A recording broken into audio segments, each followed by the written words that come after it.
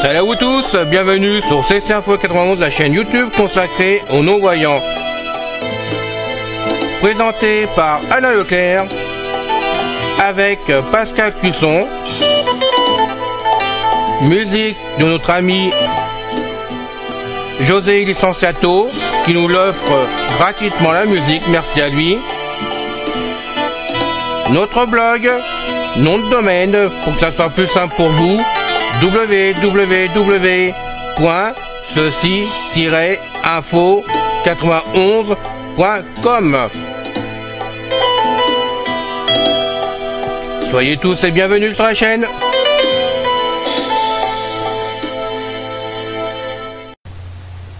Mes très chers amis, bien le bonjour, c'est encore une fois Pascal Cusson parmi vous pour la chaîne YouTube Ceci Info 91 de notre cher ami Alain Leclerc. C'est encore une fois un immense plaisir d'être avec vous, soyez-en certains. Aujourd'hui, nous continuons la grande saga intitulée Histoire du monde. Nous entamons une nouvelle fresque qui s'intitulera Le Proche et le Moyen-Orient de l'Antiquité. Donc, cette fresque aura plusieurs volets. Donc, le volet que nous entreprenons aujourd'hui comportera 3 ou 4 fascicules et ça s'intitulera les peuples du Proche et Moyen-Orient antique.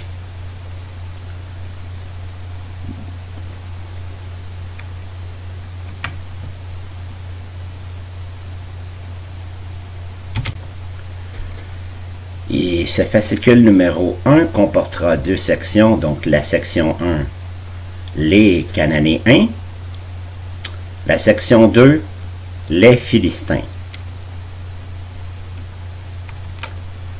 Section 1, les Cananéens. Vers l'an 1300 avant Jésus-Christ, Canaan était une province égyptienne qui couvrait le Liban, la Syrie et ce qui est devenu par la suite le pays d'Israël antique. Le nom désignait d'abord la plaine côtière, puis il s'est étendu aux habitants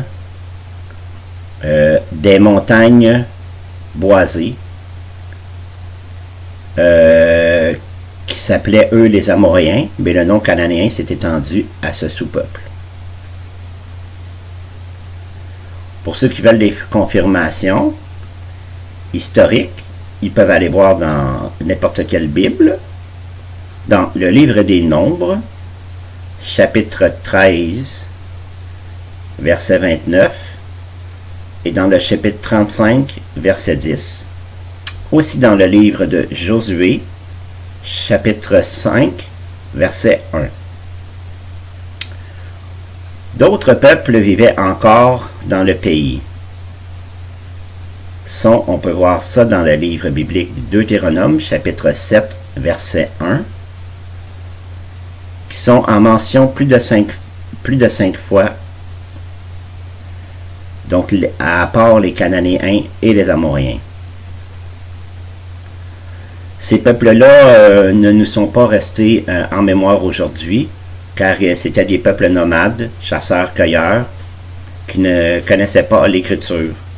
Donc, dans certains écrits anciens égyptiens ou même babyloniens, il se peut qu'on en parle, mais très très très vaguement, en les appelant des peuples de la campagne, tout simplement.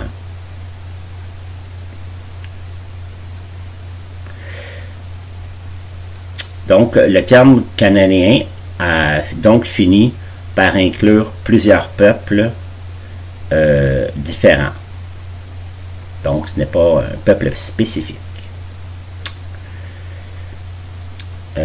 Section 1.1, le commerce des Cananéens.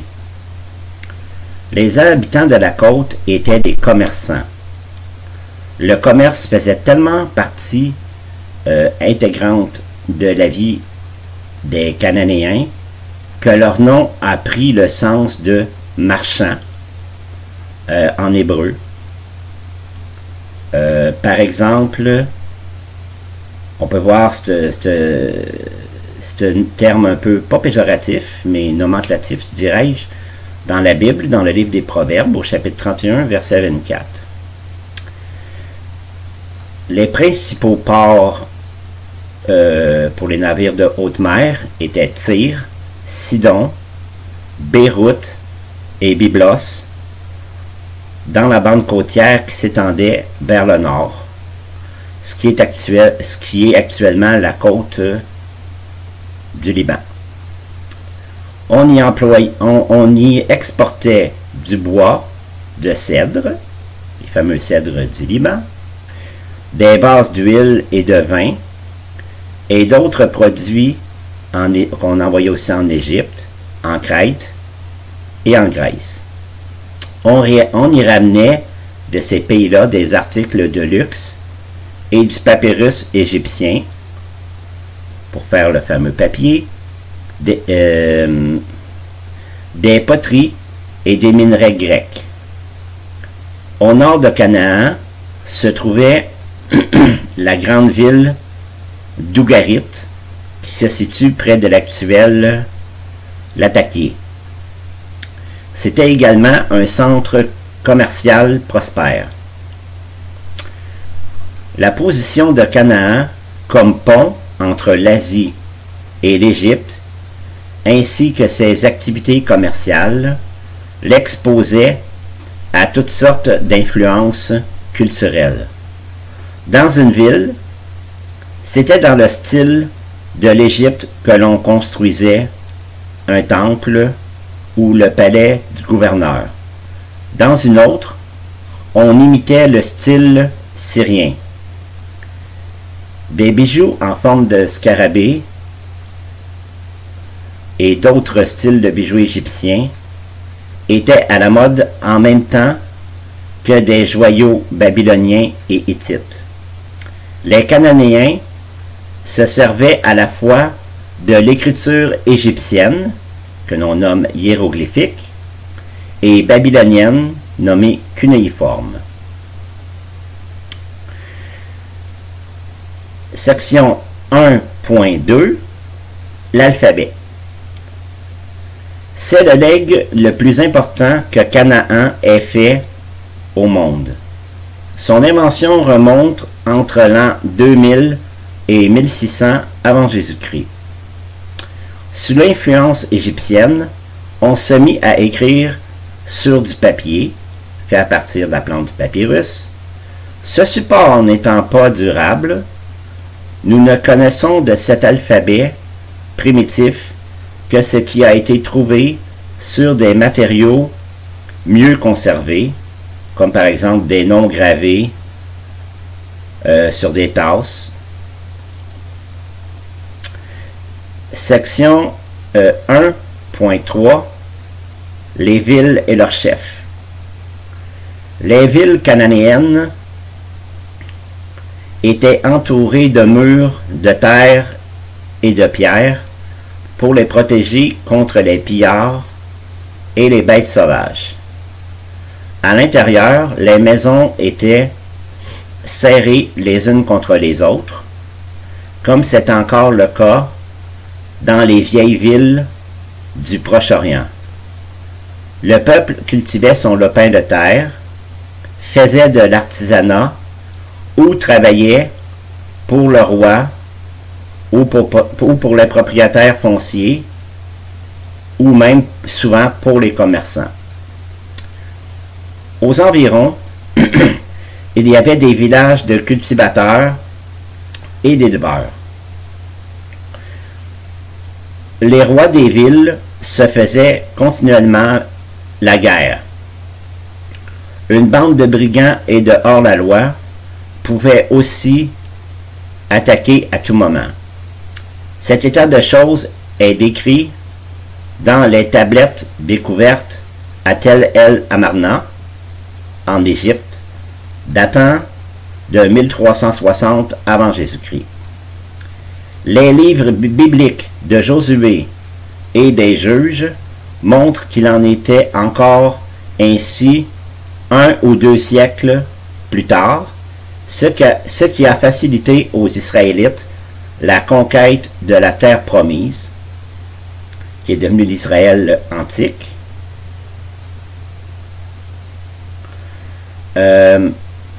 Section 1.4, Cananéens et Israélites. Il y avait une étroite parenté entre les langues cananéennes et l'hébreu qu'employaient les Israélites, et la vie des fermiers cananéens n'était pas tellement différente de celle des Israélites lorsqu'ils étaient encore en Égypte lors de leur asservissement par les pharaons. Ce qui a facilité à ceux-ci l'installation en terre promise, ainsi que l'adoption de coutumes du pays. Mais la religion des Cananéens, ne pouvant se concilier avec l'amour de Dieu et les lois de Dieu écrites dans le Pentateuque, il était interdit aux Israélites de se mêler à eux et de les épouser. Tout ce qui avait trait à la religion cananéenne devait être détruit, voir le Deutéronome chapitre 7, ainsi que dans le chapitre 12, versets 1 à 3. Fin de la section 1. Section 2. Les Philistins. Ils vivaient dans 5 villes du sud-ouest du pays d'Israël. Donc les villes étaient Ashdod, A-S-H-D-O-D, Ashkelon, A-S-H-K-A-L-O-N, Ekrom, E-Q-R-O accent circonflexe M, Gath, G-A-T, et Gaza, G-A-Z-A. Et contrôlait la route côtière venant de l'Égypte. C'est sans doute pour éviter un conflit avec eux que les Israélites n'ont pas été conduits vers ce peuple par la route du pays des Philistins, bien qu'elle fût la plus directe. Parfois, une route un peu plus longue, c'est mieux que d'éviter les ennuis. Pour éviter les ennuis. On peut voir ça, si vous voulez, dans le livre biblique de l'Exode, chapitre 13, verset 17. Section 2.1, Guerre avec Israël. À l'époque des juges et des débuts de la royauté en Israël, les Philistins étaient constamment en guerre avec Israël. Les deux peuples revendiquaient le même pays. Cette tension était un des facteurs qui a poussé Israël à demander un roi. Il disait, entre guillemets, « Notre roi sortira à notre tête et combattra nos ennemis. » Fin de la citation. On peut lire ça dans les bibliques de 1 Samuel chapitre 8, verset 20.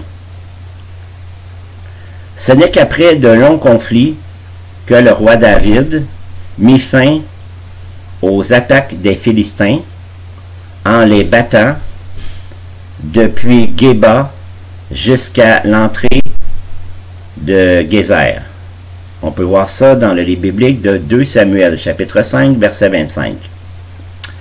Mais les Philistins restèrent indépendants et causèrent encore occasionnellement des troubles. Ils étendaient leur domination vers le nord, vers le nord, vers la côte, ou sur l'intérieur du pays, lorsqu'ils en avaient l'occasion. Cela ne durait jamais longtemps, et pourtant c'est eux qui donnèrent son nom, la Palestine, à l'ensemble du pays à l'ouest du Jourdain. Section 2.3 Les princes philistins. Chaque ville était gouvernée par un prince. Ce titre, qui s'écrivait Seren, S-E-R-E-N, comme Naomi, n'était pas un mot sémitique, mais appartient probablement à une langue indo-européenne de la région de la mer Égée. Le mot pour casque, c'est le casque qu'on porte sur la tête, s'écrit dans leur langue des Philistins, Koba, K-O-B-A, que l'on trouve dans le livre biblique de 1 Samuel, chapitre 17, verset 5, et les mots Goliath, G-O-L-I-A-T-H, et Akish, A-K-I-S-H, proviennent sans doute de la même communauté linguistique. Ces indications peuvent être mises en parallèle avec des renseignements provenant d'Égypte. Des pharaons des 13e et 12e siècles avant Jésus-Christ rapportent qu'ils ont repoussé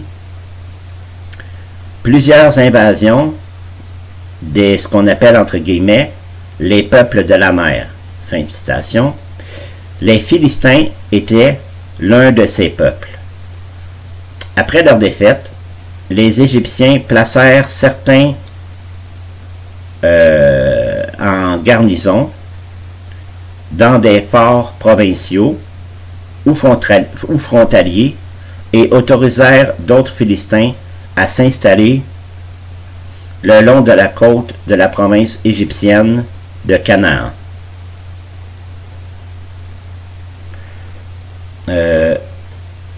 Section 2.5 Peuple de la mer. Pendant que leurs guerriers partaient en bateau pour l'Égypte et combattaient celle-ci sur mer, leurs familles et leurs biens partaient en nomadisme et longeaient la côte syrienne et cananéenne. Ces renseignements fournis par les textes égyptiens ainsi que certaines images égyptiennes des peuples de la mer le représentent comme envahisseurs du Proche-Orient. Le livre biblique d'Amos, chapitre 9, verset 7, dit qu'ils sont venus de Crète, de l'île de Crète.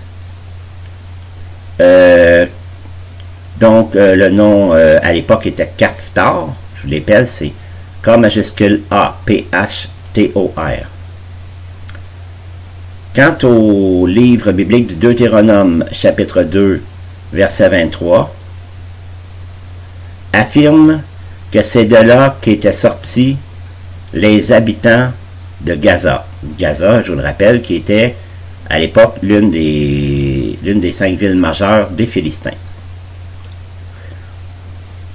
Les poteries philistines trouvées en Israël le confirment également. Elles sont du type mycénien que l'on fabriquait en Grèce, en Crète et à Chypre, sur l'île de Chypre. On les a trouvées à des niveaux de 1200 à 1100 avant Jésus-Christ, surtout dans des sites le long de la côte. Rien d'autre n'a été trouvé qui était typiquement philistins.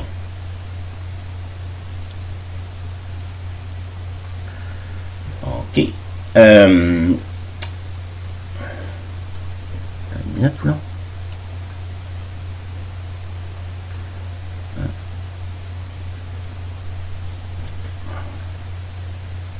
Pardonnez-moi, on reprend. La section 2.6, si je ne m'abuse, qui se nomme « Religion et culture des Philistins ». L'Ancien Testament, qui est la première partie de la Bible hébraïque ainsi que de la Bible chrétienne,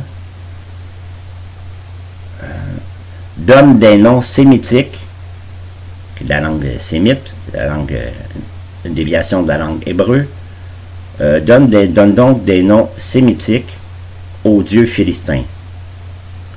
Par exemple, il y a Dagon, D-A-G-O-N, qui avait un temple à Gaza et à Ashdod. Il y a un autre dieu qui s'appelle Baal Zeboub, je vous appelle son nom B-A-A-L-Z-E-B-O-U-B,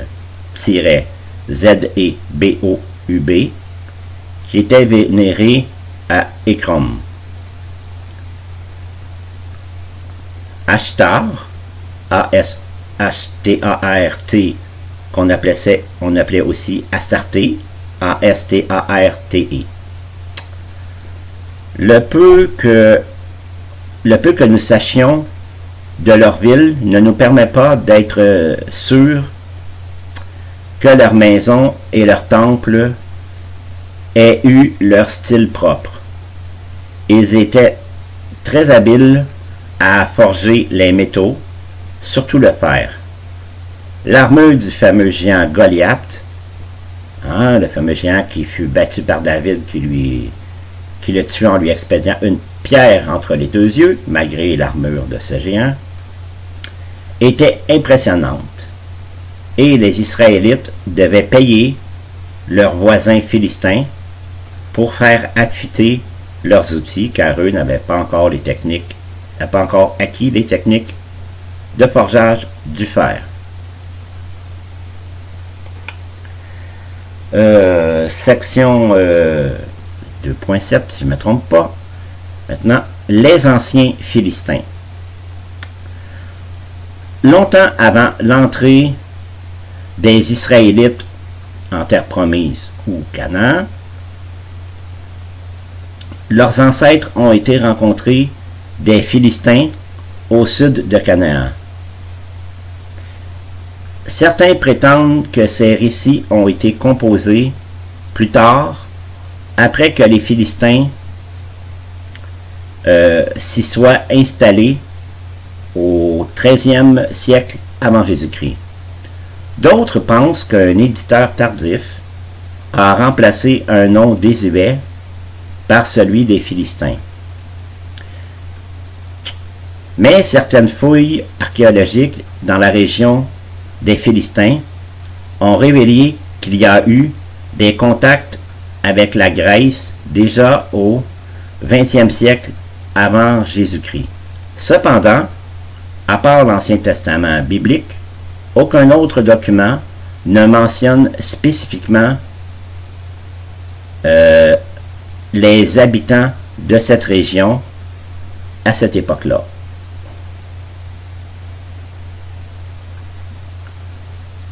OK.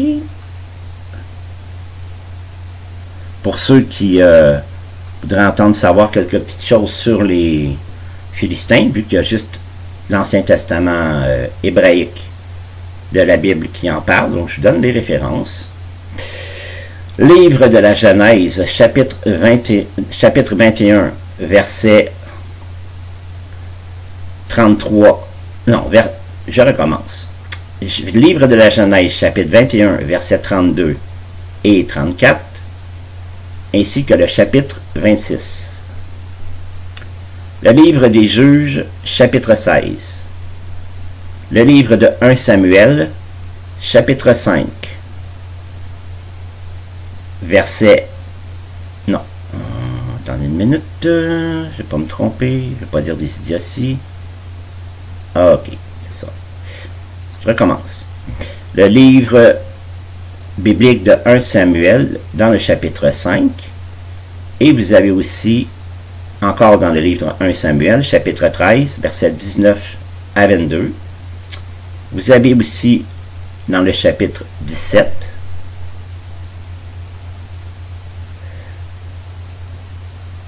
et vous avez aussi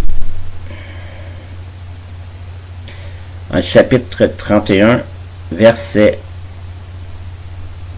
9 et le verset 10.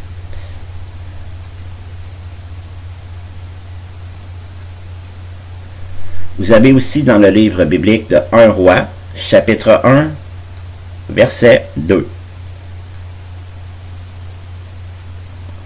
Voilà, chers amis, ce premier fascicule sur la série des peuples du Proche et du Moyen-Orient dans l'Antiquité. Mais ce n'est simplement qu'un survol. La prochaine fois, nous verrons d'autres peuples, comme par exemple les Égyptiens, qui sera aussi un survol.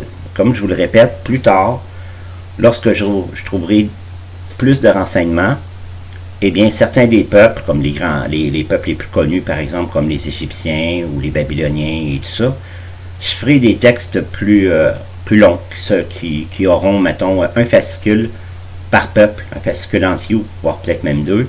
Mais pourtant, je voulais faire, pour l'instant, je voulais faire un peu un survol pour ce que vous compreniez quels étaient les peuples à l'époque, leurs coutumes, leur mode de vie, leur religion, afin que lorsque je continuerai la série sur le Proche et le Moyen-Orient, que je parlerai de régions entières, eh bien, vous ne pouviez pas être trop perdu et comprendre un peu de quoi nous parlons. Donc, j'espère que cette nouvelle série vous intéressera. Moi, ça m'a bien plu, donc je vais la continuer, ne vous inquiétez pas. Donc, c'est encore Pascal Cusson qui était parmi vous avec un immense et extrême plaisir. Donc, prenez bien soin de vous. Bye bye. Ciao. C'est fini les amis. Merci d'être passé sur la chaîne. Je vous dis à bientôt avec Pascal. Pensez à vous abonner, c'est important pour nous. Pensez à venir sur notre forum, c'est aussi important pour nous. Et puis n'oubliez pas, on a notre blog maintenant avec un nom de domaine www.ceci-info91.com. Ceci Info 91, il y a un S à info bien sûr. Bye bye les filles, salut les gars, à bientôt.